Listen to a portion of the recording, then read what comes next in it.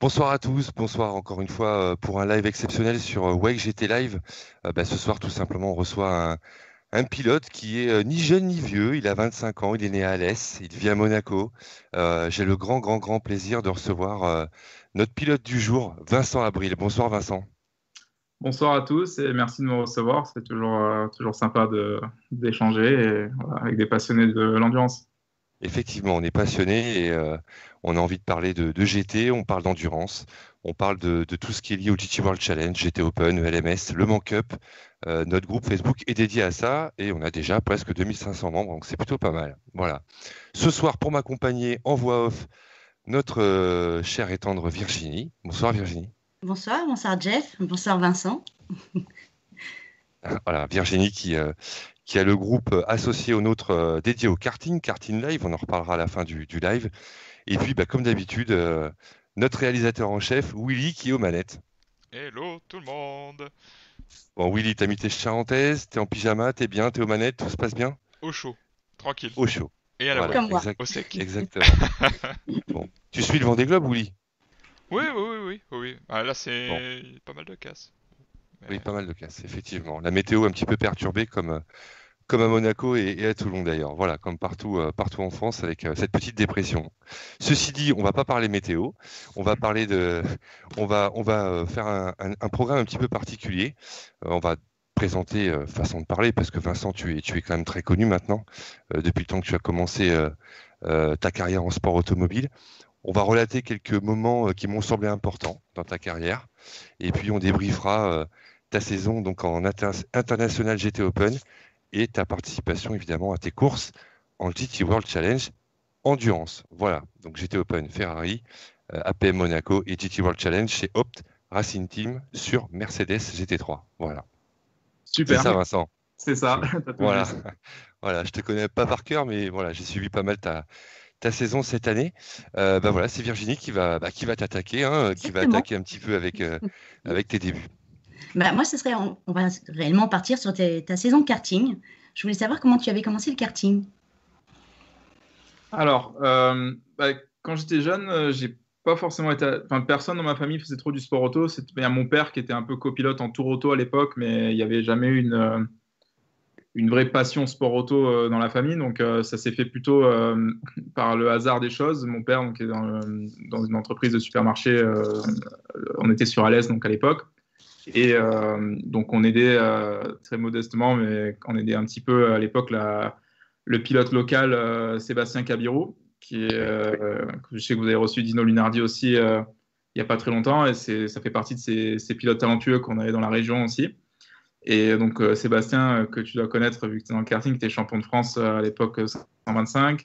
Tu es un des meilleurs pilotes de karting français de sa génération qui après est passé dans les catégories comme la Clio Cup, qui était champion de France Catera, et tout ce genre de coupe de marque française, où il y a un excellent niveau et qu'on n'en parle peut-être pas toujours, mais il y a vraiment un très très bon noyau de pilotes français dans ces catégories.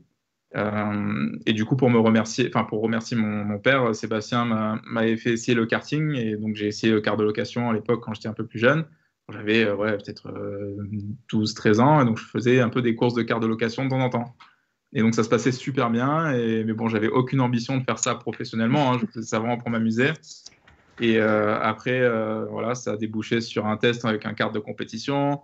Et puis après, je suis parti, j'ai fait une année chez Yannick Iglesias, chez Karting Pro Compétition, qui est en D'accord. France, voilà, une des meilleures écuries de karting, avec quelqu'un qui est très formateur de jeunes talents. Il a eu beaucoup d'excellents pilotes qui sont passés chez lui, notamment Charles Arthur Leclerc. Enfin, il y en a plein Un bon qui, noyau, un bon voilà, noyau. quand même des très très bons Voilà. pilotes. Et donc, c'est comme ça que ça s'est fait. Ça s'est fait rapidement, sans forcément la volonté de le faire professionnellement. Mais c'est vrai qu'à partir d'après de 15 ans, c'est là où les choses ont commencé à s'accélérer assez rapidement. Et justement, comment tu as basculé après, on va enchaîner, hein. Comment tu as basculé en voiture? Alors, justement, je me posais la question, enfin, tout ce que j'ai entrepris, j'ai toujours voulu le faire professionnellement. Et du coup, on a décidé de pas faire la même erreur que j'ai fait en karting, à savoir de commencer très tard. on s'est dit, je vais le faire un peu à l'envers. Cette fois, on va essayer de commencer très tôt.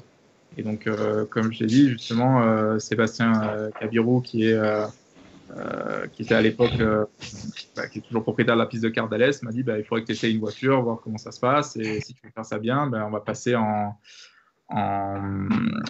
voiture plus tôt que tout le monde, quoi. Donc, l'idée était de faire une année de coupe de marque pour apprendre les circuits de la F4. Parce qu'à l'époque, voilà, je pensais que la monoplace c'était peut-être possible. Au final, on a un peu bifurqué d'idées, mais voilà, on n'a pas voulu reproduire la même erreur qu'on avait faite, à savoir de commencer. Enfin, erreur, non, mais on a su que j'étais peut-être doué pour faire du sport auto, donc on va essayer de jouer la carte à fond et cette fois-ci de commencer très très tôt le sport auto avec la Seat Super Copa chez Pascal Destenberg qui à l'époque faisait rouler Sébastien en Clio Cup. Et c'était une des meilleures années formatrices de ma vie parce que c'est là où j'ai énormément appris et que je suis devenu un pilote complet et pas non seulement un bon pilote mais un pilote complet à savoir comment marcher une voiture grâce à Pascal. D'accord.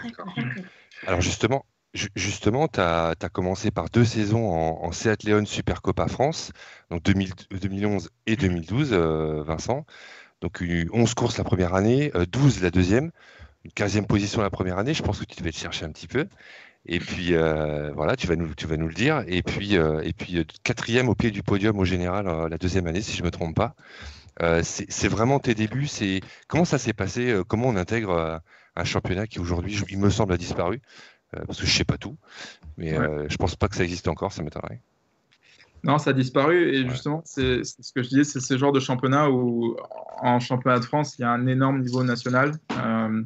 Et j'en ai fait la première année quand je suis passé du karting, où j'avais une très bonne première année de karting, surprise de beaucoup, où j'avais fait la pole à mon premier championnat de France national, où il y avait à l'époque un très très bon niveau. Et donc voilà, tout s'est enchaîné un peu vite.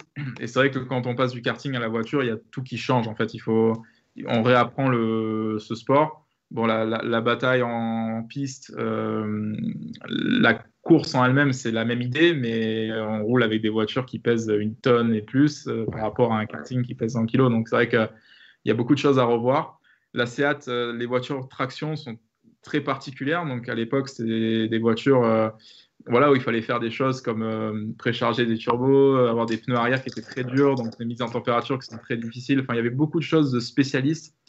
Et que quand tu as 15 ans et que tu découvres un peu ce milieu-là, c'est que tu arrives avec des mecs qui font ça depuis des années, il ne faut pas sous-estimer le truc. Et j'ai toujours été vite, mais la course, c'était vraiment de la bagarre.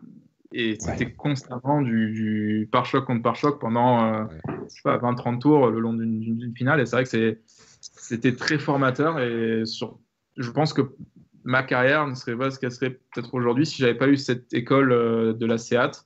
On sait qu'il y a beaucoup d'autres pilotes comme par exemple Jules ou Mathieu Jaminet ou d'autres qui sont passés dans ce genre de formule un peu la Peugeot ou la Cup. Enfin, ce sont des écoles qui te forment à te battre et à galérer un petit peu et à pas te plaindre de la voiture vu que tout le monde a la même. Et pour ça, c'est vrai que Seat, c'était très très professionnel dans le sens où il y avait très peu d'écart entre les voitures.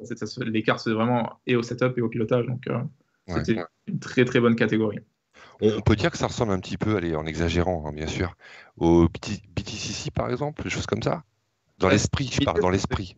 Ce sont des voitures de tourisme, sauf qu'à l'époque, Seat mettait un énorme investissement dans ces formules. Donc, par exemple, ma deuxième année de Seat, où j'étais encore un junior, je l'ai quasiment autofinancé grâce à des primes et à des pneus payés par le championnat. Donc, c'était quelque chose d'exceptionnel de pouvoir faire ça. Et à contrario, je me dis, est-ce que je vais faire, à l'époque, le débat, c'était est-ce que je fais une saison de karting international pour confirmer une bonne saison nationale ou est-ce que je commence à partir en sport auto et à faire mes armes un peu plus tôt que la moyenne dans ces catégories, pardon. Bien sûr. Et honnêtement, si je dois refaire mon choix, je referai 10 fois sur 10 la même chose parce que voilà, c'est du temps qu'on gagne en fait, tout simplement. Ouais. Alors, j'ai une question à te poser qui est un petit peu particulière. Je reviens un tout petit peu en arrière. Tu es né à l'Est, tu as la nationalité monégasque, donc je rappelle pour tous ceux qui suivent. Comment ? J'ai pas la nationalité. Je suis français, je suis résident. Ah oui. Ouais. D'accord, je pensais que parce que sur les. voilà, je vais pas aller vérifier ta carte d'identité, je peux pas le faire. Et sur les classements, il y a le drapeau monégasque, hein, comme Louis Prête, ton coéquipier en GT Open. Donc pour moi, tu étais comme Arthur Leclerc, par exemple, ou son frère Charles, tu étais monégasque. Bon, bah, très bien, peu importe. Donc, du coup, voilà, on a un scoop. On a un Voilà. scoop. Il est français. La noyée, Je me tue à dire qu'il est monégasque. En fait, il me dit je suis français. Ok. Bon, c'est pareil. Non, c'est pas tout à fait pareil. Peu importe. Monaco, tu vis à Monaco, donc c'est quand même une terre de sport automobile, hein, que ce soit le Rallye Monte-Carlo, la FE maintenant qui va à Monaco, les Grands Prix de F1 bien sûr depuis très très très longtemps, depuis 1951, les Grands Prix de F1. T'as jamais eu envie d'intégrer la monoplace ou tu t'es dit un jour tiens ça c'est quand même pas mal que j'intègre la F2, la F3 ou les formules de promotion en monoplace? Bien sûr, c'est vrai que la Formule 1, c'est le sommet du sport auto, entre guillemets, mais pardon, c'est le sommet du sport auto tout court, mais il y a maintenant, à l'époque, voilà, il y avait des formules de détection qui étaient quand même plus. Moi, j'ai travaillé avec Olivier Panis à l'époque, qui était mon manager, qui est un très bon ami et avec qui j'ai une très bonne relation et qui m'a toujours expliqué que voilà, à l'époque, si tu étais bon, tu pouvais aller en F1. Mais non, ça ne suffit pas. Et comme vous le savez, il y a beaucoup d'autres enjeux qui rentrent en compte. Bien sûr. Et sur l'aspect financier, voilà, j'ai pas fait de filière de karting où j'ai pas été repéré par McLaren ou Red Bull quand j'étais jeune parce que je faisais du football à cette époque-là, donc il n'était pas trop dans ces sports-là. Donc voilà, je sais que si je devais arriver à une carrière professionnelle, ça se ferait purement par la performance et il fallait que je trouve une catégorie qui me permette de m'exprimer au plus haut niveau en étant rémunéré par un constructeur ou voilà, nous on n'avait simplement pas les budgets demandés pour faire de la Formule Renault à la rigueur et encore, et puis après c'était dérisoire de faire de la F3 ou de la F2, mais non, GP2. J'ai un de mes meilleurs amis, Stéphane Ricami, qui a fait aussi beaucoup de monoplace et que voilà, aujourd'hui, c'est soit tu prends le train quand il est là et soit tu as fait tout ça pas pour rien, mais tu repars un peu à zéro parce que après, pour refaire tes armes en endurance, c'est compliqué parce que voilà, on les attend pas, hein, les jeunes qui viennent de la monoplace. Maintenant, ils savent qu'il y a vraiment du niveau en endurance et c'est très, très, très compliqué d'aller vite en endurance. Donc, bien sûr que j'ai envie, mais les occasions ne se sont pas présentées. Exactement. Et pour rebondir sur ce que tu dis, on a reçu les champions de France GT4 amateurs, donc Wilfried Casalbon et César Gazo, qui a 16 ans, qui va faire le trophée Andros là bientôt avec le Team Loeb, avec Margot Lafitte et Dorian Pain d'ailleurs. Et César est passé directement du karting au GT4 France cette année. Et il est champion de France avec Wilfried Casalbon chez CMR avec Toyota.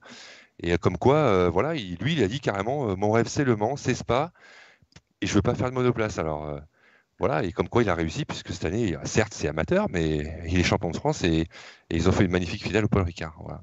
Donc c'est exactement ce que tu dis, parce que ça coûte très très cher de s'intégrer en monoplace en formule régionale ou F3 par exemple. Voilà, c'est très très compliqué en effet. Et les carrières d'endurance vont être de plus en plus belles, et le sont déjà, même en sprint. Tu as pu nous le montrer cette année notamment. Et il y a des jeunes pilotes qui sont très très bons et qui font l'affaire de manière très vulgaire. Je dis ça vulgairement, mais ils font l'affaire et ils ont compris qu'il n'y a pas que la F1 dans la vie, surtout aujourd'hui. Bien sûr, et je pense honnêtement on a été avec de ma génération, je vois voilà, que ce soit à l'époque, les premiers jeunes qui sont passés pilote d'usine en endurance par un constructeur. On peut les compter à l'époque, on les comptait sur les doigts de la main. Il y avait Calvin Van der Linde, moi, Jules qui a suivi après chez Bentley. Voilà, on était très peu. Et c'est vrai qu'on a ouvert cette porte entre guillemets de l'endurance tôt et voilà. Maintenant, il y a eu Dries Vanthoor qui était aussi très jeune, qui est passé pilote d'usine. On a tous essayé de bifurquer sur un truc où on se dit où est-ce qu'on peut en faire notre métier, tout en ayant ces courses prestigieuses et des programmes sympas chaque année. Donc voilà, on s'est un peu lancé là-dedans, mais je le regrette pas. Et ouais, qu'est-ce que ça aurait pu être en monoplace? J'ai pas la réponse, mais bon, Non, tu l'auras plus jamais peut-être. Enfin, je crois pas. Je suis un peu. C'est dur de dire maintenant que je suis un peu vieux, mais c'est vrai que Ah oui, c'est à ça que je pensais. Mais tu as d'autres objectifs et il y a d'autres belles courses que tu pourrais gagner. On va en parler tout à l'heure notamment. Voilà. Dis-moi, Vincent, on va avancer un petit peu. C'est très, très, très intéressant tout ce que tu nous dis. 2013, tu intègres le championnat de France GT, ce qui s'appelait à l'époque le GT Tour, donc dans le team Speedcar, au volant d'une Audi R8, c'était Ultra, je crois, ou Supra? Ultra. Ultra Audi R8, voilà, elle était noire et grise. On va la voir à l'écran. Willy va nous la passer. Qu'est-ce que je voulais dire? Oui, tu commences la saison, il me semble, avec Sébastien Cabirou. Et ensuite, tu es rejoint par Dino Lunardi, je crois. Ouais, c'est vrai. Bah, c'était mes. Alors, comme je dis, j'avais deux saisons de sport auto dans les jambes quand je suis arrivé en GT. Ce sont des voitures lourdes, ce sont des voitures avec de l'aéro, ce sont des voitures très particulières à conduire, avec un ABS, avec de l'électronique, donc beaucoup de choses qui rentrent en compte. Euh, et que voilà, quand on arrive de 2 saisons de Seat, c'est un peu. Oh, je vois Dino là qui est. Et voilà, il y a Dino Lunardi. Bonsoir Dino. Eh bien, salut. Bonsoir, Dino. Bonsoir Dino, on est content que tu sois là. Voilà Vincent, j'ai tenu à te faire cette surprise. J'ai appelé Dino et il me dit ça tombe bien. Il y a longtemps que j'ai pas parlé avec lui, donc je vais me taire. Et puis il arrive au bon moment ce coup-ci. Et il est rapide aussi Dino. Eh oui, il est rapide. Ouais, des fois un peu trop. Ah, et des fois un peu trop. Et pas que sur Skype. Voilà, je suis très content que tu sois là Dino. Et ben les gars, je vous laisse parce qu'apparemment vous avez gagné à Spa cette année-là en GT Tour. Et on n'a pas gagné que à Spa, effectivement. C'était notre première collaboration. On m'a appelé, on va dire, presque un petit peu, encore une fois, à la dernière minute. Ouais. Et j'ai remplacé justement Sébastien Cabirou un peu au pied levé. Ouais. Et on a commencé effectivement à travailler ensemble. Alors, on s'était déjà croisé avec Vincent, puisqu'on avait commencé un petit peu à préparer cette saison-là. Maintenant, moi, j'étais un peu en retrait. J'avais déjà un programme qui se faisait en Allemagne. Dino me disait que tu ne l'avais pas parlé depuis longtemps. Vous n'êtes pas parlé depuis un petit bout de temps, c'est ça?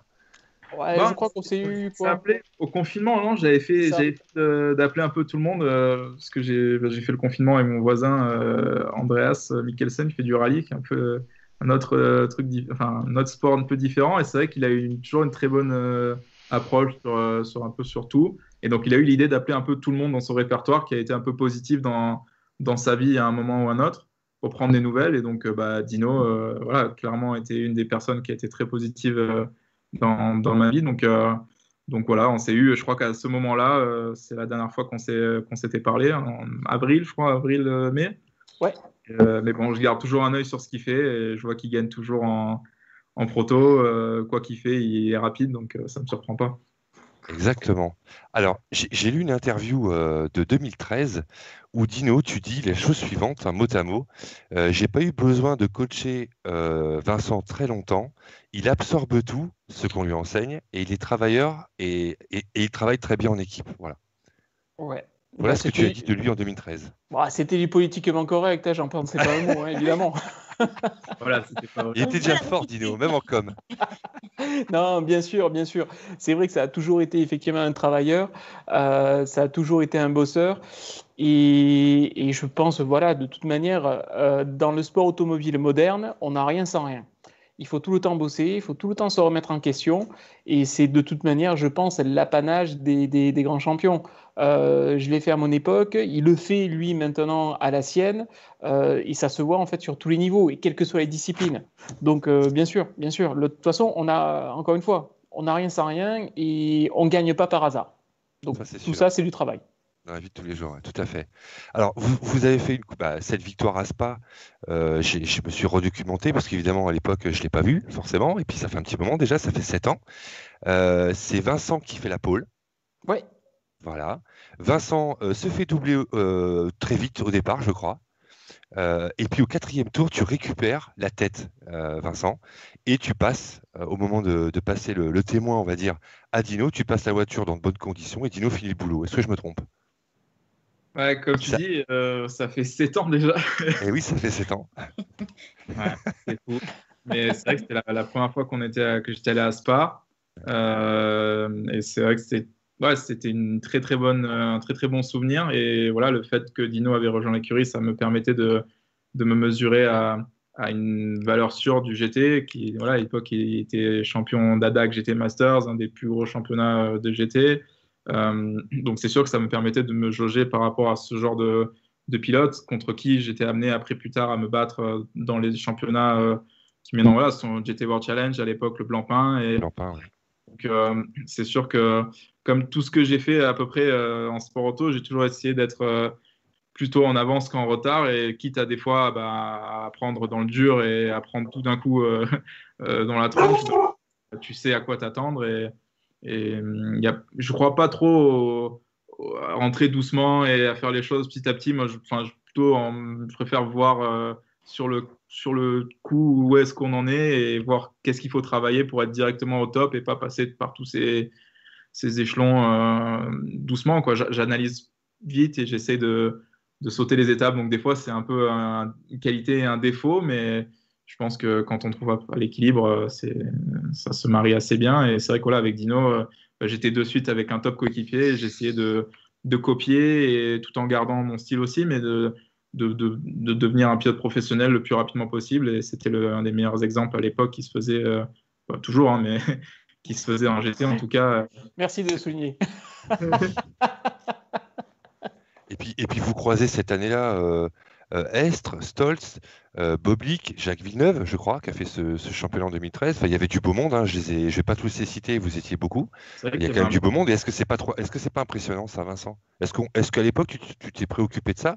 Évidemment, on ne savait pas, pour Estre, par exemple, Kevin, qu'on salue, qui l'a mis ce week-end chez Dynamique. Évidemment qu'on ne savait pas que Kevin allait faire cette carrière-là, mais voilà, il y avait quand même du beau monde. Enfin, il y avait déjà de très, très, très bons pilotes et de très, très bonnes équipes en GT Tour. Impressionné, c'est pas le mot. Voilà, faut être respectueux et conscient de. Moi, j'ai toujours, peu importe ce que tu fais, s'il y a des mecs qui l'ont fait avant toi, c'est qu'il y a du niveau, et ils t'attendent pas pour faire ce qu'ils font. Donc, dans n'importe quelle entreprise ou dans n'importe quel sport, c'est toujours pareil. Donc, ceux qui sont là avant toi, ils t'ont pas attendu. Donc, il faut être performant, il faut analyser, il faut travailler. Et puis, si tu es bon, si tu as les bonnes personnes autour de toi, bah, tu arrives à tes fins. Et c'est vrai que voilà, en GT3, ça commençait c'était la pente un peu ascendante du GT3. C'était là où les constructeurs commençaient à s'y impliquer. Audi, à l'époque, justement, là où on roulait, était quand même le pionnier un peu du sport auto Customer Racing. C'était plutôt la marque de référence. Tous les constructeurs se sont un peu inspirés après. Et c'est vrai que on avait une très bonne auto, et on a pu faire de très bonnes courses d'entrée avec Dino, où après on a gagné 2 courses à Manicourt d'affilée, où on a un très bon souvenir à chaque fois qu'on y retourne. D'ailleurs, je suis retourné cette année et j'ai pensé à ça. Et il pleuvait, donc j'ai utilisé tétrage pluie d'ailleurs. Double victoire à Manicourt. Elles sont toujours d'actualité, ces trages. Elles sont toujours valides. Non, c'est top. Bon, d'excellents souvenirs alors, Dino. Oui, c'était vraiment une très très bonne année, puisque que ce soit avec Vince, qui, certes, c'est un travailleur, c'est un compétiteur né, mais voilà, l'entente était très très bonne.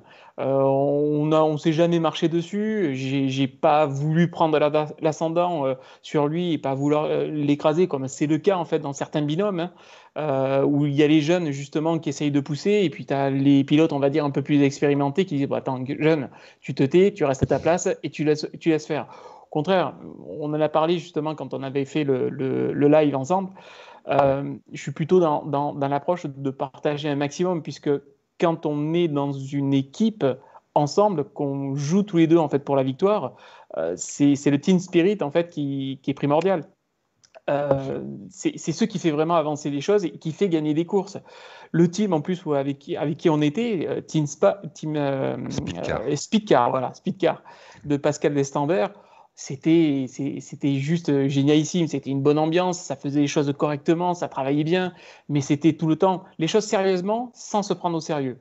Et c'était un pur bonheur. Franchement, 2013 reste un très très bon souvenir sur le côté humain, sur le côté sportif. Et je dis toujours si je me trompe pas, parce que j'ai toujours peur de dire une bêtise, mais parce qu'on prépare nos lives, je peux vous le dire. T'es le plus jeune vainqueur GT, je crois, cette année-là, Vincent. Excuse-moi, j'ai le son qui a coupé. Si tu peux me le redire. J'ai vu, il n'y a pas de souci. Non, ça arrive. T'es le plus jeune vainqueur cette année-là en GT Tour. En GT Tour. Ou de l'histoire, Ouais, c'est ou de vrai. l'histoire Ouais, du championnat de France GT, il me semble. ça, À ça te l'époque, parce confirme qu'il y un a peu plus ce jeune qu'on maintenant. discutait, ça te confirme ce qu'on discutait juste avant que Dino arrive, c'est que voilà, on a pris un risque, ou en tout cas on a pris un chemin un peu différent de ce qui se faisait à l'époque, de la F4, de la monoplace. Et voilà, donc bah, il faut des fois qui tente rien à rien. Donc c'est vrai on a pris ce pari-là qui après s'est avéré plutôt payant. Et voilà, comme je t'ai dit, c'est vrai que t'es jeune, tout t'arrive un peu vite à la tête, mais bon, ça fait partie du métier et c'est pour ça qu'on fait ça aussi. Exactement. Alors on va garder Dino encore quelques minutes, si ça ne te dérange pas, Dino. Du tout. Il me semble que c'est fin 2013. Tu as parlé de karting tout à l'heure, on va remonter dans le temps, mais fin 2013, euh, tu es, comment dire, Olivier Panis, pardon. Voilà, l'avant-dernier pilote à avoir gagné en F1 français. Parce qu'il y a Pierre Gasly maintenant. Je crois que Olivier, ça doit le décharger un petit peu. Olivier Panis devient ton manager et ton coach parce que je crois que tu avais roulé avec son fils Aurélien chez Karting Pro auparavant quand tu étais plus jeune. C'est bien ça? C'est exactement ça. En fait, bah, donc, je connaissais Olivier depuis le karting avec Aurélien et c'est vrai que mon père a toujours été excellent pour ça. Il a toujours été très en retrait sur tout ce qui est sport auto et il m'a toujours laissé faire mes propres expériences. Mais c'est vrai que Olivier était présent sur les courses avec son fils, donc je profitais aussi un petit peu de ce qu'il disait à son fils à l'époque, parce que c'est quand même un grand champion et un vainqueur de Grand Prix en F1, donc À Monaco. à Monaco en plus. Donc, voilà, on avait cette amitié-là et on se connaissait parce qu'on partageait beaucoup de week-ends ensemble. Donc, il m'a appris beaucoup. Et puis, voilà, le temps après était pour moi d'essayer de franchir le cap supérieur, d'aller sur la scène un peu internationale. Et c'est vrai que quand tu es jeune et que tu as fait juste quelques courses en France, même si tu as le potentiel, bah, et au final, les connexions, c'est toujours un peu plus difficile de se les faire soi-même. Donc, j'ai toujours été partisan de faire les choses moi-même jusqu'à ce que je puisse pas les faire et où j'ai besoin d'aide. Et donc, c'est vrai qu'Olivier, ça s'est fait naturellement. On en avait discuté à la Manicourt, d'ailleurs, justement, juste après le podium, où je sentais que les choses commençaient à se passer plutôt bien. Et ben, j'avais besoin d'un petit coup de pouce et peut-être un peu d'orientation aussi. Parce qu'à 18 ans ou 17 ans, on ne sait pas tout. Donc, c'est bien d'avoir un avis extérieur, surtout de quelqu'un comme ça. Et donc, là, on a commencé après à aller sur cette scène internationale qui était, à l'époque, qui paraissait si loin, mais qui au final Il est venu très vite. et pas forcément plus relevé que ce que je dis en championnat. Il y a du niveau de partout, mais en championnat de France, il y avait déjà un très beau niveau aussi, donc ça m'a très bien préparé. Ouais. Et justement, Vincent, alors, Dino nous écoute, bien sûr. Tu as dit d'Olivier, qui parfois, moi je connais pas Olivier Panis personnellement, mais voilà, il a encore à beaucoup de volants. On l'a vu il y a pas longtemps avec son fils en GT4 France, justement. Et tu disais d'Olivier, donc c'est toi, Vincent, qui parle. Olivier est attentif, sait transmettre sa passion, il est droit et très professionnel. Ça, on n'en doutait pas. Parce que parfois, il peut donner allez, quand il est à la télé, un petit peu pas très souriant, parfois, ça peut arriver. Mais on sait très bien qu'Olivier est très proche des gens qu'il connaît et qui coach. Et qu'est-ce qui t'a apporté le plus finalement par la suite? Bah, moi, Olivier, déjà, ce qui m'a plu sur notre relation, c'est que c'était pas un manager à la base. Et moi, je suis allé chercher plus l'ami que le manager. J'aime pas trop ce mot et j'ai pas des expériences super avec ça parce que il y avait C'est vraiment pas manager, ouais, effectivement. C'est comment dire ouais, un conseiller. un conseiller, Papa 2. papa 2. C'est vrai, Ouais, C'est c'est ça. Papa Aurélien. ça m'a beaucoup apporté et voilà, il a su me recadrer quand il fallait. C'est difficile. Enfin, mon père est pas dans le sport auto ou j'ai personne qui était vraiment dans ce milieu-là dans ma famille. Donc voilà, c'est vrai que ça m'a aidé à des moments qui étaient assez importants dans ma carrière. Donc voilà, quand on découvre toute la scène internationale, il y a beaucoup de choses à apprendre. Quand on veut devenir pilote professionnel, je l'ai vu avec Dino en termes de façon de travailler, de communiquer. Je suis quelqu'un de très expressif et très... Enfin, expressif, c'est pas toi le mot, mais je suis quand même émotif et je prends ça à cœur. Et des fois, voilà, c'est dans le bon comme dans le moins bon et il faut savoir agir prudemment. Prendre un peu de recul, se canaliser peut-être. C'est ça. Intérieurement. Et puis il était comme moi sur ça, et donc c'est pour ça qu'on s'est rejoint sur ça. Il m'a dit, écoute, moi quand j'étais jeune, j'ai fait telle erreur. peux pas que tu la reproduises. Donc voilà, c'était plus, il me le disait pour moi qu'en tant que, enfin, c'était un conseil, c'était pas Un ordre. C'était pas ouais, un ordre. C'était, voilà, il te guide sur le chemin et après à toi de le faire, quoi. exactement. Donc bah, j'ai écouté et ça s'est plutôt bien passé. Bon, Dino, on a un très bon pilote quand même maintenant. Vous l'avez bien formé. Même Ah, s'il a un talent pur. il est pas mal, effectivement. Oui, plutôt bien, oui. Peut mieux faire, effectivement. On compte sur lui pour qu'il évolue encore un peu plus. D'accord? Non, je te suis, gamin, hein, je te suis. Hein. Je sais. On le regarde, oui, on le regarde. Je sais pas s'il sait, mais on le regarde. Bon, Non, par contre, en fait, mon objectif, c'est éventuellement de devenir son gentleman. C'est ça l'idée. C'est ça Puisque l'idée. forcément, Ouais. ah bah oui, c'est ça. C'est-à-dire que forcément, lui, il restera toujours plus jeune que moi. Moi, je vais forcément vieillir petit à petit, et je vais arriver peut-être en fait sur la phase où je vais devenir pilote bronze, donc pilote gentleman. Donc là, je tiens à ce que ce soit lui, effectivement, mon pilote A. Voilà. Celui-là Et qu'on refasse effectivement un duo, n'est-ce pas? Je signe direct pour toi en pilote bronze. Tiens, justement, je vais te poser la question maintenant, Vincent, et après je te laisse poser la tienne, Virginie, excuse-moi. Qu'est-ce que je voulais dire? Tiens, tu dois faire les 24 heures du Mans dans 3 semaines, Vincent. Tu as tous les pilotes du monde devant toi. Donc il y a toi, évidemment. Tu choisis qui pour faire les 24 heures du Mans, là, tout de suite? Attention à ce que tu dis. Hein. Oula. C'est pour ça que je fais ça, Dino. C'est pour ça que je pose maintenant. Alors, dans quelle auto? Dans du GT ou du proto? Écoute, j'ai eu la chance d'essayer un proto il y a un an et demi.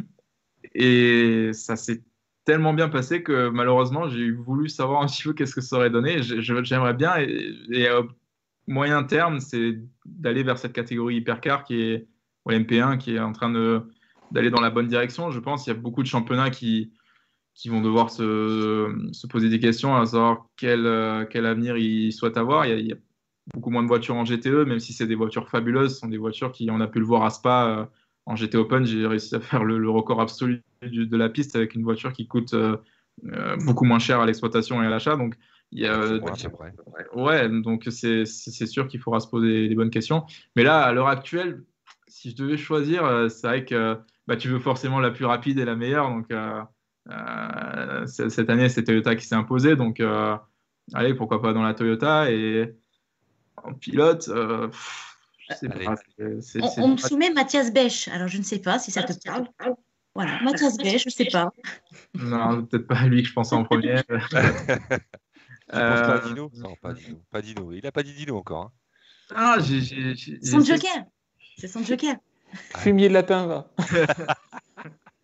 Non, honnêtement, si je devais choisir, c'est dur. J'ai eu la chance dans ma carrière, pour être honnête, d'avoir vraiment eu des super coéquipiers. Et c'est surtout quand on est dans des programmes d'usine, après, on a vraiment des top pilotes avec nous et j'en ai eu beaucoup. Et ouais, Dino fait largement partie des meilleurs coéquipiers contre qui j'ai eu.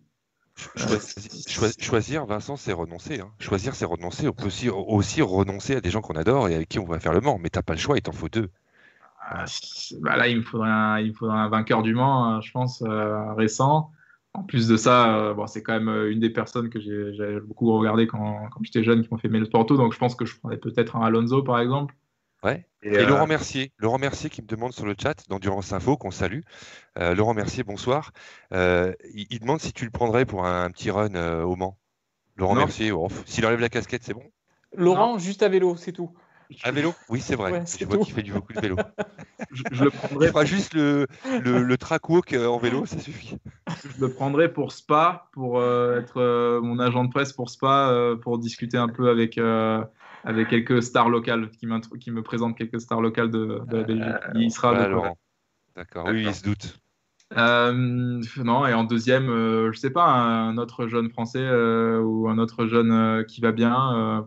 Jules Goudon. C'est dur à dire. Ouais, Jules, par exemple. Chaminé, je sais pas. Mathieu, Max Soulet, qui est un peu moins jeune, mais qui est aussi un des très bons coéquipiers que j'ai eu. Dino aussi. Le troisième baquet, il va être disputé. Il va falloir faire un shootout. D'accord. T'inquiète pas, tu me mets sur la liste et je casserai quelques genoux, pas de problème. C'est bon. Tu seras sur la liste. Bon, Vincent, on va pas t'embêter plus longtemps. On va te laisser l'hiver pour réfléchir. Après tout, c'est au mois de juin l'année prochaine, donc tu as encore le temps de réfléchir. Et puis, j'espère que ça t'arrivera à nouveau et on va en parler un petit peu juste après. Voilà. Non, mais c'est vrai que j'ai vraiment eu beaucoup Évident, de top coéquipiers. Maro Engel, Marcello, j'en ai eu des très très très bons. Et c'est vrai que là, il y a une vague de pilotes en endurance qui sont pas forcément tous connus, mais qui sont très très rapides. Donc, Marcello et Maro, c'est là, costaud. c'est du top niveau, surtout c'est top niveau. dans leurs équipes, dans leurs voitures. Quand tu arrives et que tu fais qu'un ou deux programmes alors qu'ils en font 5 ou 6 dans l'année, c'est très formateur. Moi, j'adore ces expériences où on me dit, mais tout sur le papier est réuni pour que tu sois pas forcément mis en avant. Et au final, c'est là où tu en ressors plus fort et où tu fais des bonnes années. Et moi, j'aime bien le challenge. J'ai jamais reculé devant quoi que ce soit. Et, donc, bon, c'est toujours une expérience. On doute pas de ça. Virginie, excuse-moi.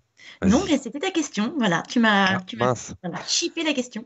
Bon, sinon, je peux rebondir parce que depuis Vas-y. tout à l'heure, on parle de conduite. À savoir si tu préfères rouler sous la pluie ou sur le sec. Parce que là, sur les réseaux, en tout cas, tout le monde se pose la question.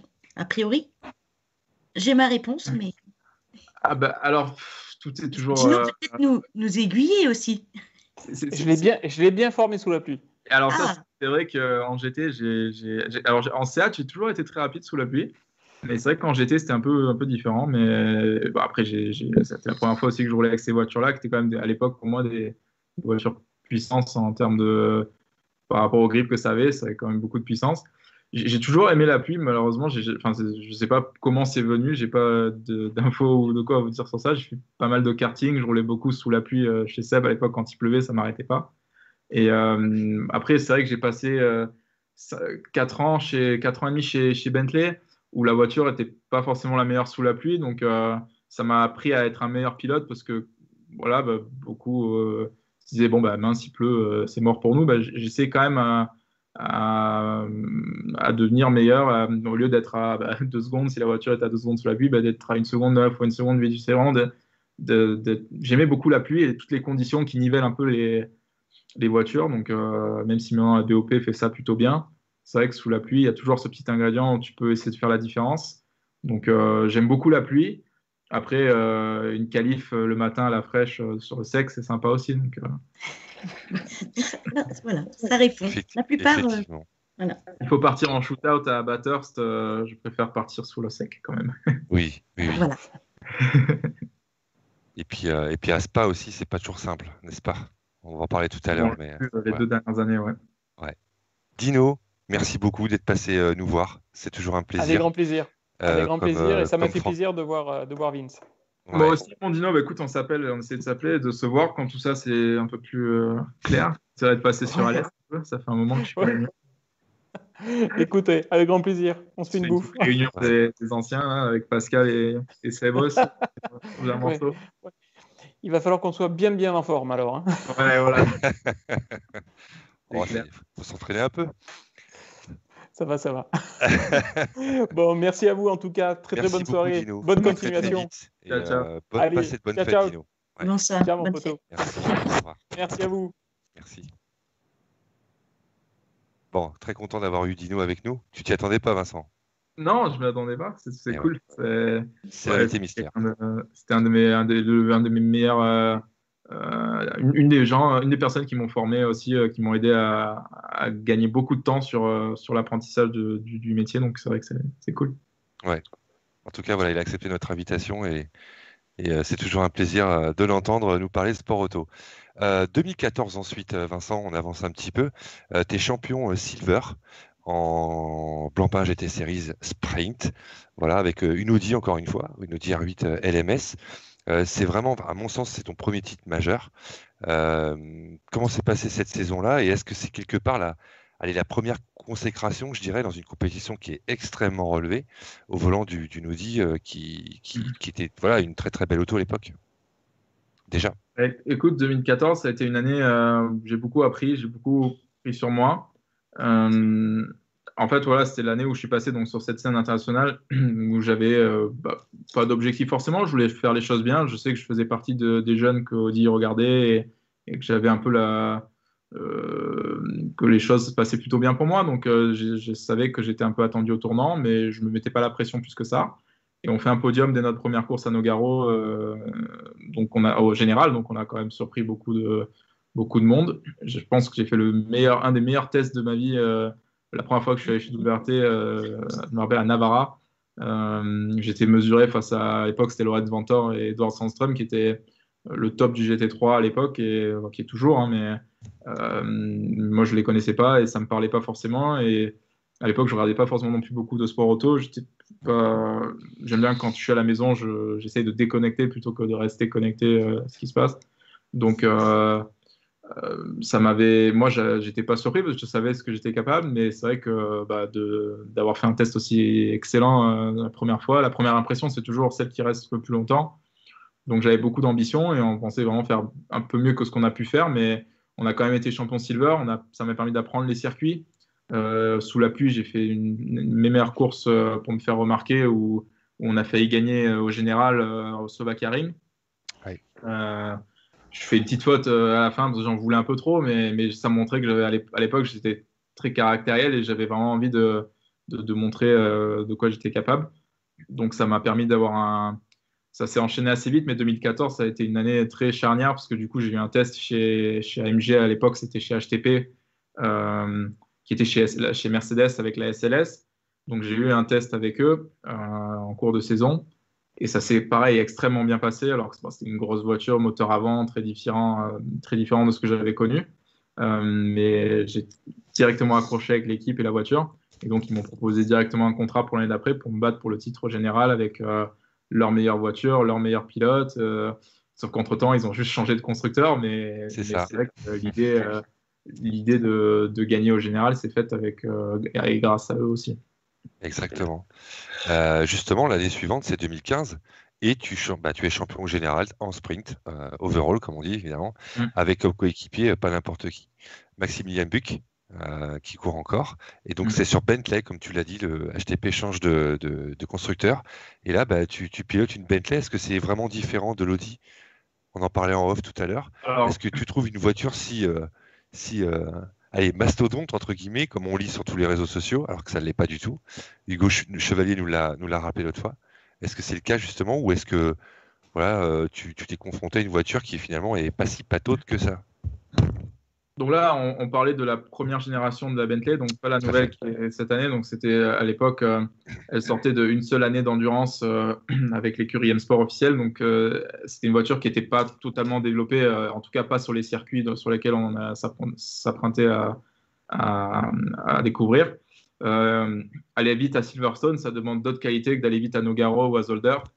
Donc c'est vrai que pour moi, ça a été un de mes projets, une de mes années les plus éprouvantes et dans lesquelles je suis le plus fier parce qu'avec l'équipe HTP, on a vraiment, vraiment galéré et vraiment travaillé pour faire que cette voiture, elle fonctionne sur tous ces circuits. Renaud Dufour, qui était notre ingénieur à l'époque déjà chez HTP, qui était maintenant mon ingénieur cette année aussi chez HRT, HRT et avant Black Falcon. Ça fait partie des belles rencontres du sport auto que j'ai faites et qui grâce à cette un peu approche old school que je t'ai dit que j'avais eu de faire marcher une voiture, de comprendre ce que fait de changer une barre plutôt que la nouvelle génération de regarder les datas, les vidéos et tout ça. Moi, ce qui m'intéresse, c'est vraiment de comprendre ce que je fais quand je conduis. Et c'est pour ça que je trouve qu'il y a beaucoup de pilotes qui ont plus à apporter que juste de la vitesse. C'est le package global et de comprendre ce qui se passe et de développer une voiture. Pour moi, c'est une des choses qui me donne le plus de plaisir parce que c'est les choses qu'on ne voit pas forcément à la télé. Et c'est le travail un peu de l'ombre où là, il y a beaucoup d'heures de travail, de gens qui réfléchissent et qui essaient de pousser dans la même direction. Et c'est là où les choses se passent. Et donc, c'est vrai que cet hiver-là, on en a vraiment galéré. On a eu beaucoup de mauvais temps, on a eu beaucoup de casses, l'équipe a vraiment investi du temps, de l'argent et du travail pour que ça fonctionne. Et avec Max, voilà, d'entrée, j'étais avec une des références du GT, il était champion en titre, il avait gagné 24 heures de Spa. Donc là, je me suis dit, bon, voilà. Mais on a eu cette entente où on a tous poussé dans la même direction. Et on s'est battu contre Robin Fringe et Lawrence Ventor, qui à l'époque, voilà, était l'équipage le plus solide qui avait jamais été plus ou moins construit en GT. Donc moi, à 19 ans, dans cette grosse voiture, et Maxi, pareil, qui était un petit gabarit, on n'avait pas fait trop de com avant de saison, on voulait vraiment se focus sur le travail à faire.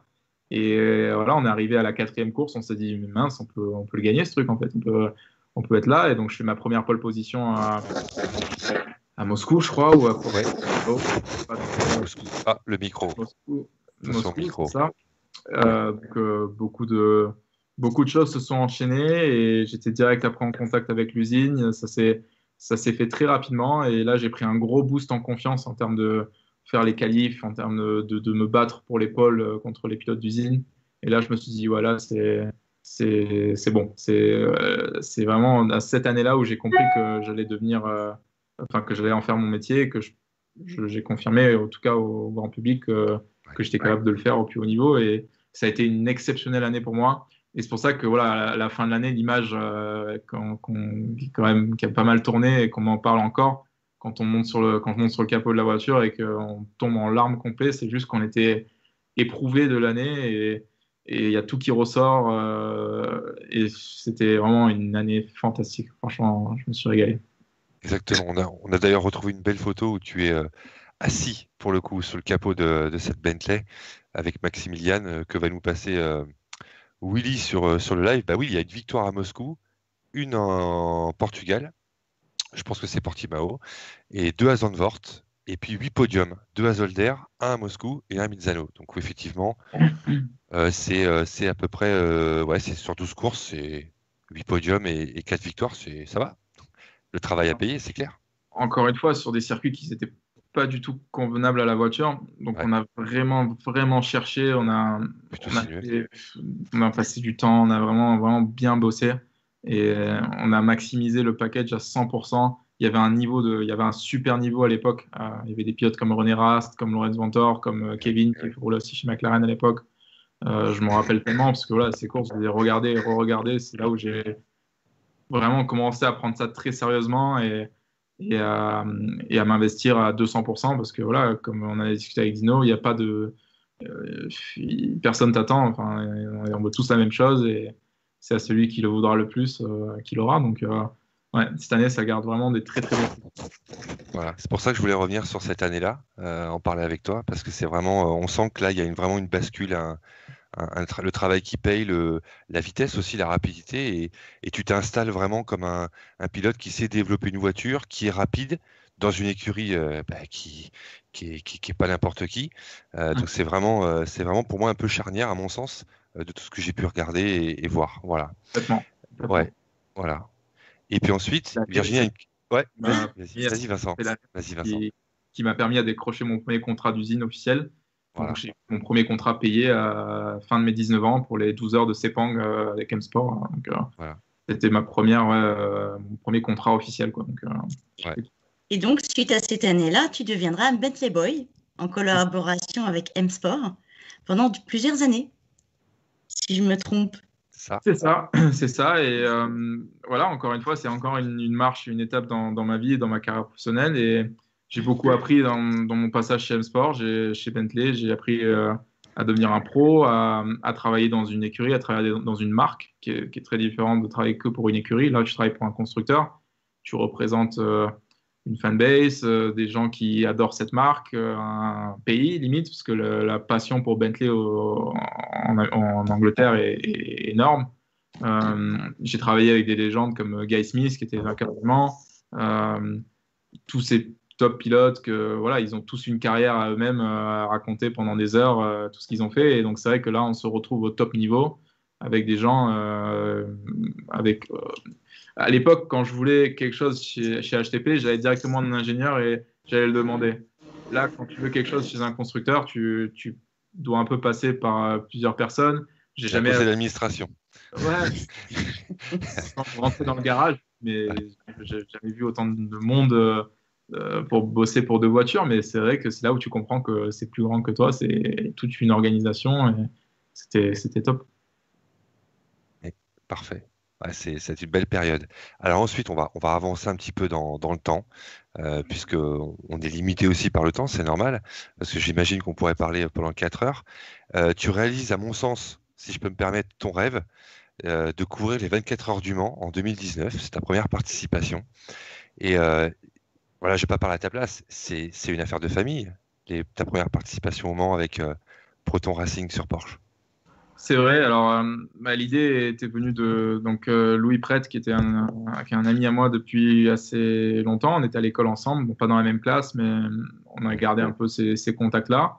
Donc, Louis et son père qui avaient comme objectif de faire le Mans, qui sont des pilotes très, très accomplis, un amateur, Philippe, qui a fait beaucoup de Ferrari Challenge en Asie, qui a gagné beaucoup de courses là-bas. De courir avec son fils, je pense que c'était leur rêve, et notamment au Mans encore plus. Et lui, qui est un des pilotes de peu de temps de roulage qu'il a, qui est un des pilotes. On entend un micro. On entend un micro. Je sais pas si. Non, c'est pas toi, Vincent. C'est pas toi. Donc, c'est un des pilotes les plus rapides pour le peu de temps qu'il passe dans une voiture de course. Il a un très bon coup de volant.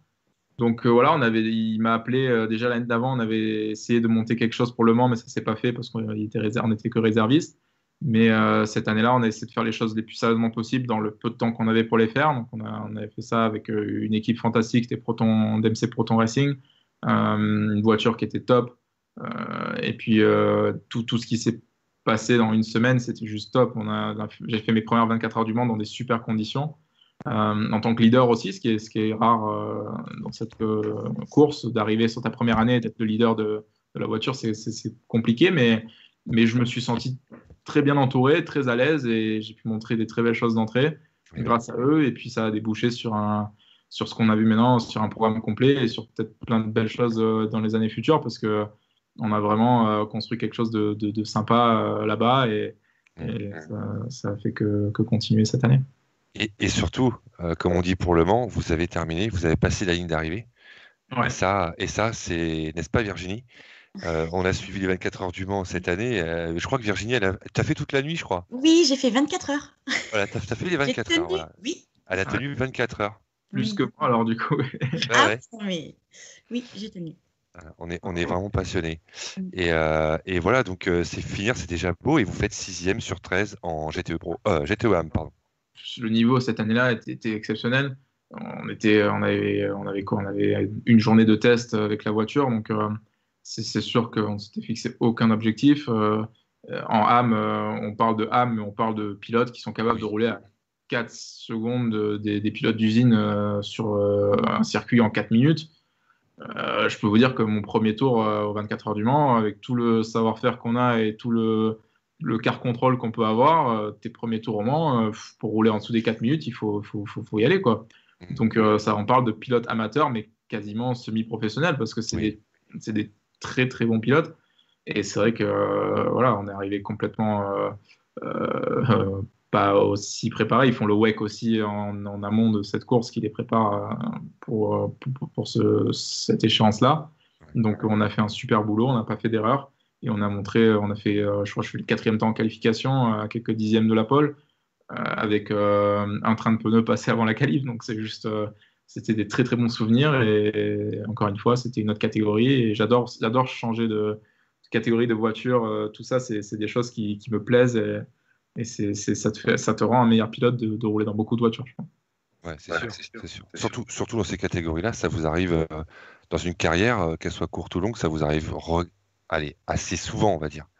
De par la multitude des championnats qui existent entre le WEC, le GT3, Endurance Sprint, GT Open, on va en parler, les 24 heures du Nürburgring aussi, ou en S, VLN, voilà, c'est la DAC, Super Trofeo, enfin, il y a possibilité de faire quelques championnats en parallèle, comme l'a fait Maro cette année. Maro, je crois qu'au Nürburgring, si je ne me trompe pas, il est inscrit dans 2 teams. Non, je ne me trompe pas. Bien sûr. Après, au Nürburgring ou à Spa, j'ai un doute. Non, Nürburgring. Non, c'est vrai. Et cette position-là où je me suis dit, quand j'ai quitté Bentley en début 2019, je m'étais dit que je voulais connaître tous ces challenges, de connaître plein de voitures différentes, de me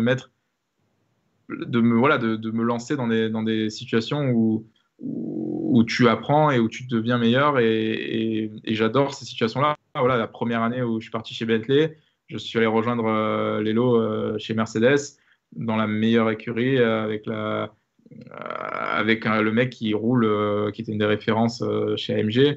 Et plein de gens m'ont dit, mais t'es fou, tu vas te casser les dents. Alors que non, j'adore me lancer dans ces trucs-là. Et sur ma première séance d'essai libre officielle avec la voiture, j'avais fait le meilleur temps. Et c'est des choses qui me drive, qui me motive.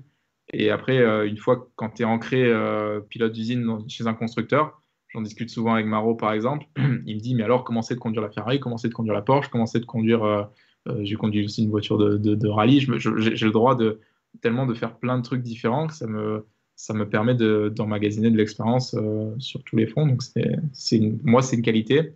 Et après, une fois que tu trouves vraiment le constructeur qui te convient et avec qui tu penses aller loin, là, c'est le temps de se poser. Ouais.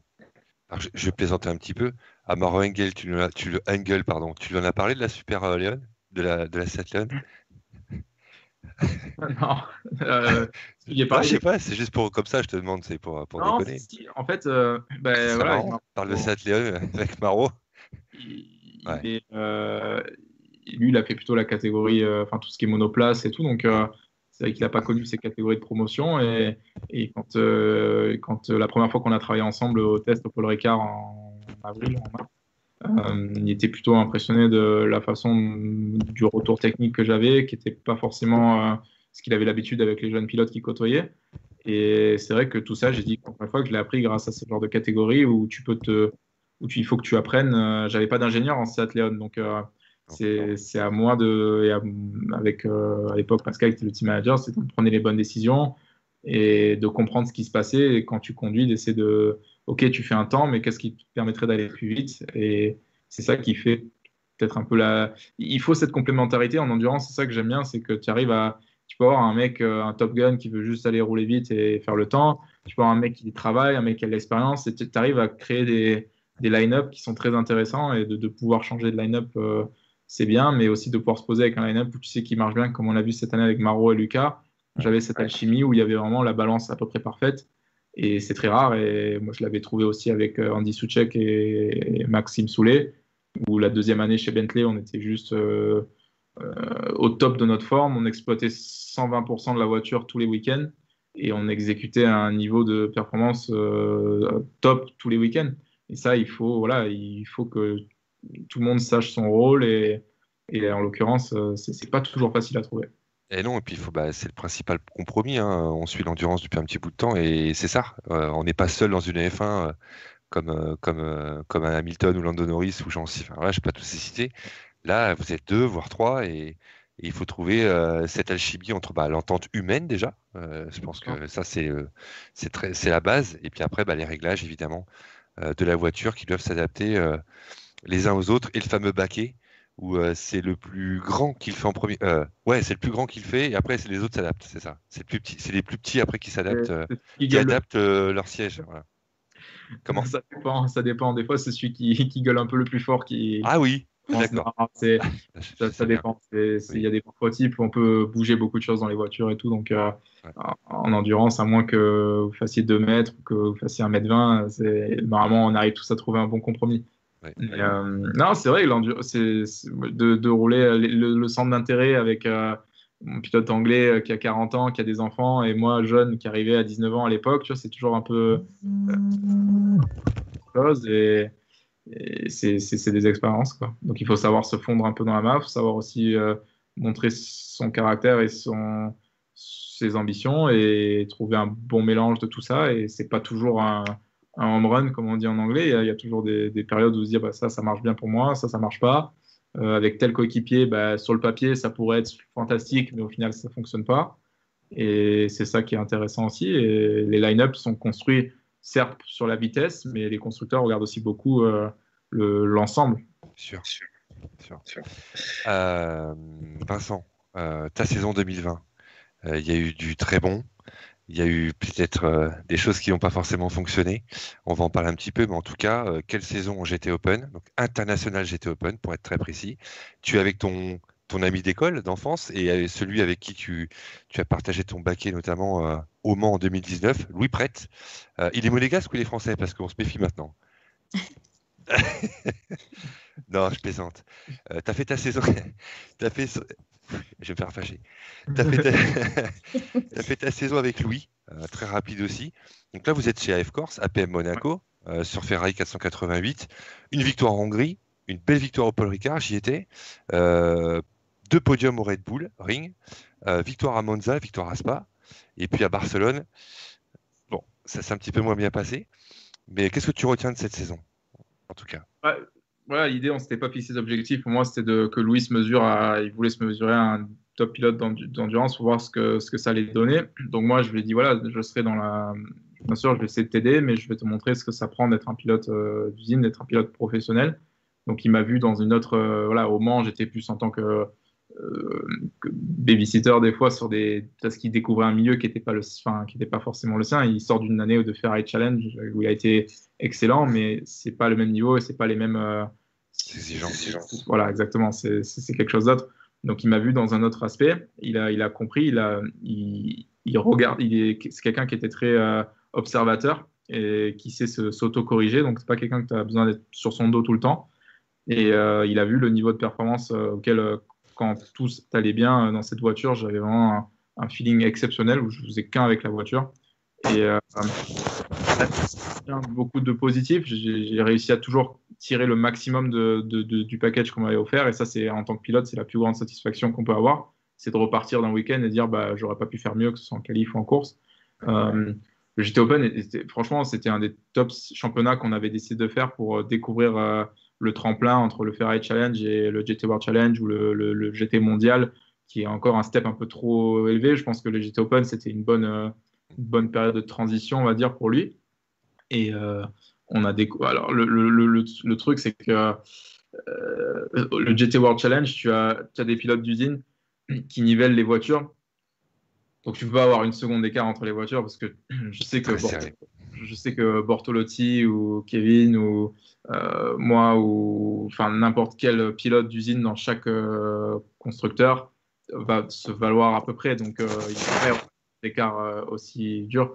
Or le GT Open faisait leur propre BOP et on a mis un peu de temps à se rendre compte qu'en fait on n'était pas du tout dans le coup et qu'on surexploitait beaucoup la voiture par rapport à ce qu'on faisait en début d'année. Donc on a réussi à gagner des courses grâce au temps d'handicap et grâce à des tours one-off en qualif où j'étais vraiment très très très content des tours qualif que j'ai fait cette année. Mais après en course on voyait clairement qu'en ligne droite on était nulle part. Il y avait un peu de frustration à ce niveau-là, mais après ce que j'ai dit à Louis, c'est qu'en endurance c'est ça qui te forge aussi. Tu n'as jamais toujours la meilleure voiture. Il y a des aspects politiques, il y a des aspects une année c'est pas forcément ton année, mais l'année d'après sa voiture sera un petit peu mieux. Donc il faut juste se focaliser sur qu'est-ce qu'on peut contrôler, faire le mieux possible. Et après, une fois que tu as fait ça, après, tu peux aller te plaindre. Après, on peut regarder et rejeter la faute ailleurs. Mais tout n'était pas encore parfait jusqu'au point où on pouvait aller se plaindre de la VOP. Donc, on a vraiment essayé de se focaliser et à faire notre travail de notre côté, à le rendre meilleur. Et à la fin, il a fait la pole à Barcelone dans sa qualif. Donc, ça prouvait que le travail a payé. Pour après se dire, bon, on va s'orienter sur un autre championnat plus costaud. Mais on a été vraiment très, très agréablement surpris de la fin de saison. Et après, oui, c'est vrai que la dernière course, j'avais clairement les ordres de dire en fait, on prend une pénalité bête qu'on ne devrait pas prendre. Tout était plus ou moins réuni pour pas qu'on la gagne. Moi, j'ai une relation avec Amato Ferrari qui est exceptionnelle, le patron d'AF Corse. C'est vraiment un racer, c'est vraiment quelqu'un qui te motive plutôt qu'il te calme. Enfin, j'ai adoré cette relation. Et voilà, clairement, il m'a dit soit tu la ramènes pas, soit tu gagnes, mais je veux que tu te donnes tout. Et c'est vrai que c'est de doubler une voiture qui va entre 8 et 9 km/h plus vite que toi à chaque ligne droite, c'est pas évident. Mais on a tout donné et je regrette rien du tout. J'ai pas, voilà, ça s'est pas passé, c'est pas passé, mais bon, on va pas refaire le monde. Je regrette vraiment pas. On a fait une très belle saison et on est très méritant de tout ce qu'on a réussi à récolter cette année. Donc voilà, comme je dis, le championnat, ça se gagne, ça se perd, mais en tout cas, il faut le tenter. C'est quand même bête. Hein. J'avoue qu'on a attendu la décision longtemps.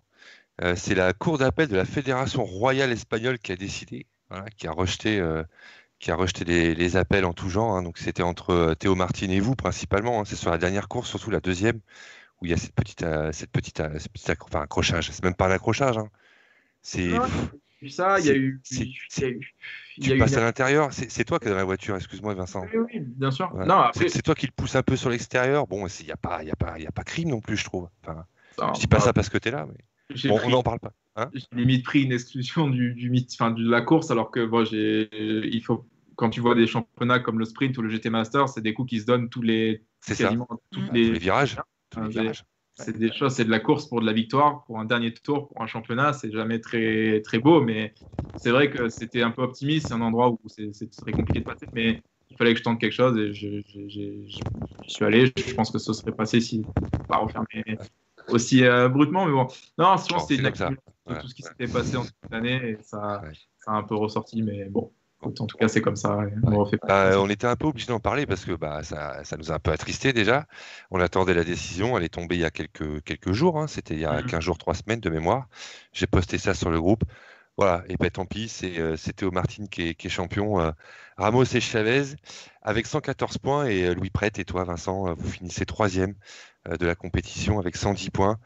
Voilà, en tout cas, une magnifique saison et comme tu dis, t'as tout donné et c'est l'essentiel, on n'en doute pas avec Louis. Et c'était des courses super agréables à regarder, hein, malgré que le plateau est pas très élevé, hein. Il y a 19 voitures environ. Voilà, c'est pas comme en GT World Challenge, mais en tout cas, c'est sympa. Et on diffuse des courses sur le groupe et on te suit. Voilà, enfin, on vous suit.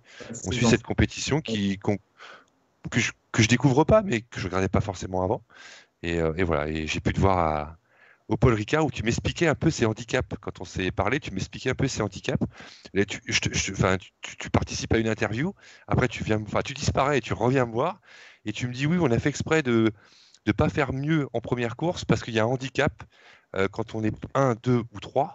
Tu as un handicap de 5, 10 et 15 secondes, je crois, sur la deuxième course qui est ajouté à ton temps.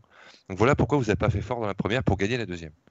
Non, c'est ça, c'est stratégique. Il y avait cette partie d'handicap aussi qui fait que les résultats, on arrivait tous à peu près à faire un résultat, mais c'est ça qui est aussi un peu frustrant, c'est que la performance, nous, on savait de quoi on était capable et on faisait des résultats malgré ça, mais bon, c'est un championnat particulier et c'est vrai il faut s'adapter et être malin et voilà, et peut-être qu'on a peut-être un peu trop montré trop d'entrées, mais on a vraiment voulu s'axer sur la performance plutôt que sur l'aspect championnat parce que voilà, comme je t'ai dit, je savais pas si on était clairement en lice pour se battre pour un championnat. J'avais jamais trop pu évaluer Louis sur un championnat entier. Et clairement, en fait, il avait la vitesse pour. Et si on avait si on a eu la vitesse qu'il fallait, je pense qu'on aurait pu le faire. Mais bon, avec des si, c'est toujours facile. Mais en tout cas, on n'a aucun regret parce qu'on a vraiment fait une belle année. On a pu progresser et mettre quelque chose en place pour peut-être le futur aussi. Ouais, exactement. Virginie, tu t'oublies pas de noter les line-up là dans le chat parce qu'il y en a qui ont des idées, hein. Il y en a qui ont des idées pour que tu fasses ton line-up, Vincent, pour Le Mans. Voilà, je vais pas les dire, mais voilà, on y reviendra sur Le Mans tout à l'heure. Allez, on fait la dernière ligne droite, pardon, de ce live. Donc, en parallèle du GT Open, tu as fait la saison GT World Challenge Endurance chez Hope Racing Team, pardon, sur Mercedes AMG GT3, donc avec l'excellent Maro Engel et l'excellent aussi Lucas Stolz. Ça s'est quand même pas mal passé cette année. Donc, 4 week-ends de course, donc Imola, Nürburgring, où vous faites un podium, troisième position, Spa. On va surtout se focaliser sur Spa si ça t'ennuie pas. Et puis au Paul Ricard, une 6e position, donc, donc sur cette Mercedes. Je vais donner un peu mon sentiment, parce que du coup, j'en profite que tu sois avec nous. J'ai regardé toutes vos courses. Je vous ai regardé à Spa. J'ai vu Maro aussi au Nürburgring. Voilà mon sentiment. Oui, ok, Vincent, on fait court. Qu'est-ce que je veux dire? Voilà, on va aller vite. Toujours bien placé, pas mal en qualif. Et puis finalement, au bout du compte, je vais être franc avec toi, hein, c'est pas méchant. Pas décevant, c'est pas le terme, mais voilà, vous n'êtes pas sur le podium, c'est P6, P7. Souvent les 3 quarts de la course, on sent que vous êtes capable de faire le podium. Et puis à la fin, non. Je ne sais pas ce qui vous a manqué, en fait. C'est plus ça la question. C'est plus ça que j'ai remarqué cette saison chez vous. Tu as très bien résumé la chose. En fait, Bon, il y a plusieurs facteurs qui rentrent en compte. Le GT World Challenge, c'est un championnat où 2 dixièmes, t'es nulle part. Donc, on a un excellent line-up où on a réussi sur un tour avec voilà, le pneu Pirelli qui est un tour en qualif.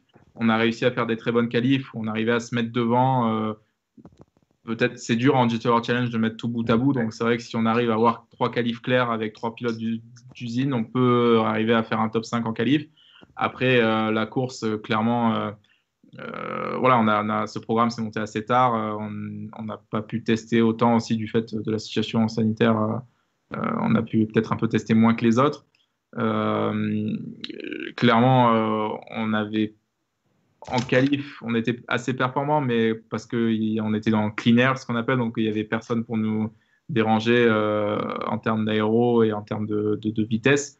Par contre, c'est vrai que quand c'était la course, on a vraiment beaucoup galéré cette année. On se focalisait plus sur ce qui se passait derrière que de monter parce qu'on n'avait pas forcément le rythme, mais on parle encore une fois de 2-3 dixièmes, quoi. Donc c'est quelque chose qui te fait qu'au lieu d'aller de l'avant, tu recules et des fois de manière significative. Donc avec la stratégie, avec plein de aléas. Ouais, voilà, on a réussi à profiter. Exactement, on a fait des courses parfaites plus ou moins à chaque fois, mais c'est vrai qu'il n'y avait pas forcément plus qui était disponible. Mais bon, voilà, comme je t'avais dit encore avant, je t'avais dit, c'est de maximiser ce qu'on a pu faire. C'était avec le package qu'on avait, c'était très satisfaisant avec le très peu de préparation qu'on a eu. Donc c'est sûr que de pouvoir renchaîner sur une année pour faire les choses mieux, je pense qu'on parle encore une fois de quelques dixièmes qui pourraient faire que ta saison, au lieu de finir 3, 4, 5, bah, tu finis premier. Donc c'est l'idée. Voilà, c'est l'idée. En tout cas, on vous le souhaite. On va bientôt te laisser encore juste 5 petites minutes si ça t'ennuie pas. Tu as fait Le Mans en 2020. On va faire très très très court. Voilà, tu as remplacé un pilote japonais au sein du team MR Racing sur Ferrari. C'est Yui, joli là. Yui Sekiguchi que tu as remplacé, qui n'a pas pu participer à la course pour les raisons qu'on connaît. Allez, très rapide mot là-dessus. Vous avez, voilà, je crois qu'à la 14e heure, ça s'est arrêté sur cette Ferrari toute jaune. Alors, on ne pouvait pas vous louper. Non. N'est-ce pas, Virginie? Voilà. Oui. Bon, moins sympa qu'en 2019. Voilà. Allez. Non, après. Pour faire très simple, hein, c'est pas. Pour moi, c'était plus un. Tu as été appelé au dernier moment. Tu as été appelé au dernier moment. Voilà. Pied levé, pas d'essai, voilà, faut y aller. J'ai- Ok, j'y vais. J'ai su ça samedi soir et lundi, j'étais au Mans. Donc, c'est vrai que j'ai plus pris ça comme une récompense en termes de dire que j'ai fait une très bonne saison chez Ferrari. C'est le patron qui m'appelait. Il y avait des pilotes d'usine de dispo aussi. Donc, c'est pas comme si j'étais la seule solution. Il y avait beaucoup d'autres pilotes qui étaient disponibles pour faire cette course et dans la maison même de la marque. Donc, c'était une très belle preuve de confiance. C'est aussi une preuve que les choses s'étaient très bien passées. Donc pour moi, je le voyais plus comme ça plutôt qu'en termes de dire il faut absolument qu'on arrive à faire un résultat. On ne fait pas des résultats au Mans au pied levé en préparant ça la veille pour le lendemain. C'est pas une course qu'on prépare comme ça. Mais ça m'a permis de rencontrer MR Racing qui est quand même c'est sous-traité par AF Corp, donc c'était quand même les mêmes gens plus ou moins avec qui je travaillais. Mais j'ai découvert une culture japonaise qui est très différente de celle que j'ai l'habitude. Enfin, de celle que j'ai connu un peu la méthode allemande, la méthode française, la méthode un peu italienne, mais la méthode japonaise, je n'avais jamais trop faite et j'adore ça, c'est de découvrir d'autres façons de travailler et voilà, le GTEAM, ça permet de rencontrer des gens d'univers très différents, notamment Mr. Kimura avec qui j'ai fait la course, Kei qui était un des pilotes silver le plus rapide d'ailleurs, qui ne va pas le rester longtemps je pense parce que c'était un très très bon coéquipier. Mais bon, un peu comme l'histoire de Russell là, en F1 avec Hamilton, il n'y a rien qu'à aller, le baquet n'était pas bon, tout quittait à l'arrache, mais ça fait partie de ces histoires c'est de métier de pilote, c'est jamais tout parfait, c'est surtout en endurance, c'est beaucoup de compromis et beaucoup d'expérience. Ok. Allez, on va presque conclure l'émission, il n'y en a vraiment pas pour longtemps. Virginie, on fait ni l'un ni l'autre, Vincent, tu vas y passer, c'est une tradition chez nous. En début du live, c'est comment tu as connu le sport auto, c'est une tradition, Dino y a eu droit, Kevin aussi. Et puis ni l'un ni l'autre, c'est tout simplement que tu n'as pas le choix. On va te donner pour le coup, parce que c'est toi, il n'y a pas 10 solutions, mais c'est 11. On va te donner 2 mots ou 2 termes. Ça peut être tout et n'importe quoi, tu vas voir, et tu dois absolument en choisir un des deux. Voilà. Je commence. Le Mans ou Spa? mais- Il n'y a pas de Ah, ok, piège, d'accord. t'inquiète pas. Le Mans ou Spa? Spa. Spa. Bentley, Répète Virginie, on n'a pas entendu. Ferrari ou Bentley? Ferrari. Monaco ou Alès? Monaco. Louis ou Marot? Euh, Eh ah, oui. pour l'instant, Maro. Bravo. Mais à suivre l'autre. Ouais. Petit point, petit point. Basket ou chaussures de ville? Basket. Olivier Panis ou Dino Lunardi? C'est pas pareil. On le fait exprès. hein. Joker. Non, non, non, non, pas de Joker. Il n'y en a pas. Il n'y a pas. T'as plus de Ah. cheveux? T'as plus de cheveux. Et, Olivier dans un autre rôle, mais. Ah, Allez, on a eu Dino ce soir. On peut dire Olivier. allez, voilà. Voilà. McDo ou pizza? Pizza. GTE Pro ou GT3? J'étais pro, je pense. Louis II ou le Parc des Princes? J'y suis jamais allé, mais Parc des Princes, je pense. Si, je pensais pas qu'il allait dire ça. Ah, Merci. voilà, C'est piégé. une excellente réponse, Vincent. Ouais, pardon. Monza ou Imola? Imola. Et la dernière, c'est la 11e, d'habitude c'est 10. J'ai vu que tu suivais ça de très près et moi je suis de la génération basket. Voilà, j'en ai fait d'ailleurs. Michael Jordan ou Kobe Bryant, à qui on pense très fort. Alors là, je peux pas te répondre sur un mot. Non, mais c'est juste Kobe, c'était une de mes idoles quand j'étais jeune. Donc sa disparition, c'était comme si je perdais quelqu'un de ma famille parce que c'est quelqu'un avec qui j'ai grandi, que j'ai admiré. J'ai jamais trop admiré qui que ce soit. J'ai toujours pensé à faire ta propre histoire, mais Kobe est un monstre de travail et quelqu'un que j'ai beaucoup admiré quand j'étais jeune. Donc il me parlait forcément un peu plus que Michael parce que j'ai jamais vu Jordan jouer, en tout cas pas en direct. Donc je dirais peut-être un peu plus Kobe, mais Jordan, c'est Jordan, quoi. Deux monstres NBA. Moi, c'était Jordan, j'ai 43 ans, donc c'était plutôt Michael. Je me suis élevé Ouais. avec lui.